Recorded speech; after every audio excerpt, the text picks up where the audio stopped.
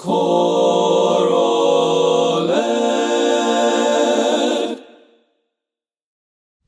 Hello, fellow choral directors, and welcome to episode 45 of ChoralEd.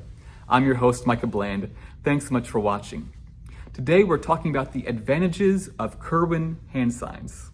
Curwen hand signs, as you might guess, were first developed by John Curwen, and then later expanded upon by Kodai. They are associated with our solfege syllables of do, re, mi, fa, sol, la, ti, and do, and of course all our chromatic notes in between there. Now, some teachers out there might be hesitant to use Curwen hand signs because they feel like it's just one extra thing for their students to have to do, right? They have to look at the notes on the page, they have to sing the right note, get the right solfege, they have to get the right rhythm, and then I want them to also do a hand sign with that as well. And so I can understand why people might think, okay, that's just one extra thing to have to deal with.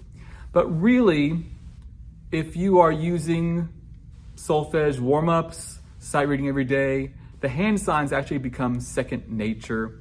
In addition, the advantages outweigh any disadvantage that the Curwen hand signs might present. So the first advantage, probably the most significant advantage, is that the hand signs serve as a visual assessment tool for you as the teacher. That as they are sight reading along, number one, you can see that they're all participating. You don't have any students up there going, kind of just moving their mouth, not really paying attention. They are actively engaged in the activity.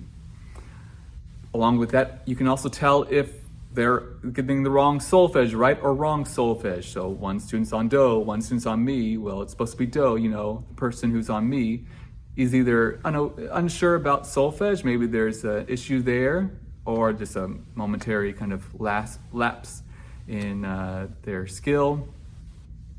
So you can kind of evaluate, okay, who is getting it correct, who's not getting it correct, and so forth. Now, the problem there being it is not an auditory assessment, so you can't tell if they might have the right solfege, but they're singing the wrong note, so that is an issue. But again, it's just another tool for you to use in conjunction with auditory assessment, which we rely so much on. It's nice to have that visual assessment as well. The second advantage is that it provides a rhythmic pulse. So when we do do, re, mi, re, I'm internalizing that pulse, and then I'm clearly counting 1, 2, 3. I'm counting the rhythm. I'm not just guessing re, mi, and kind of, I think that was 3 beats, right? I'm internalizing that pulse, which is such a critical aspect of musical training, as seen in many music theorists for the Dalcroze and Edwin Gordon and so forth. They care a lot about that internalizing the pulse. Now, another advantage with internalizing that pulse, other than counting the number of beats, is that many contests in the state level prevent the teacher from giving any type of auditory beat. They can't clap the beat, snap, stomp, they can't say it, whatever it may be.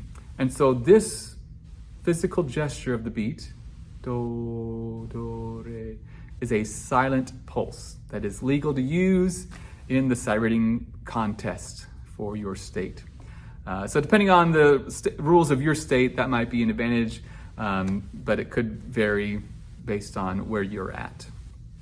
Now, there is one slight disadvantage of doing this pulsing. You might get from your students do, do, re, mi, re, more of an attack or an eighth note, eighth rest, depending on the rhythm, that staccato type of feel. And so it's just a simple adjustment there to have students sing it a little more legato, do, do, re, mi.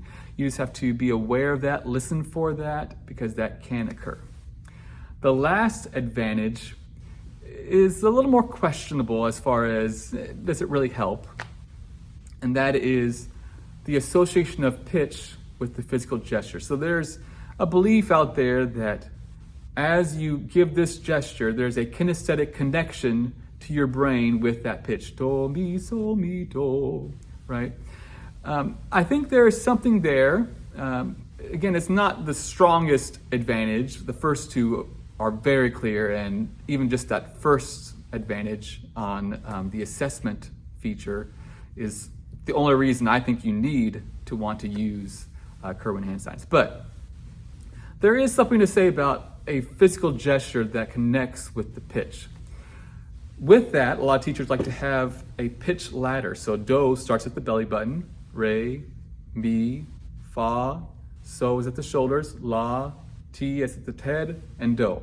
So the solfege syllable is always placed in that vicinity.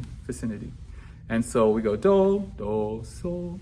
And so if you have someone who's a little more monotone, do, re, mi, that physical moving up and down can help them with pitch accuracy, that they know, okay, this is a little higher or lower. So there you go. Those are the three advantages to Curwen hand signs. Again, as I mentioned, the first one alone, I think, is enough to entice directors to want to utilize the hand signs, but the second one as well, for counting and that rhythmic pulse, so important. And the third, if you believe in that, and if you think that helps your students, another great advantage to share with them and to tell the students, this is why we're using them. Because some students are like, oh, do we have to use hand signs? I don't want to. You can tell them, these are the reasons. It's these three advantages help us to sight read better, to be better as a group collectively. So there you go. Until next time, thanks for watching, and I hope you continue to inspire the future leaders of our world through this wonderful gift we call music. Thanks.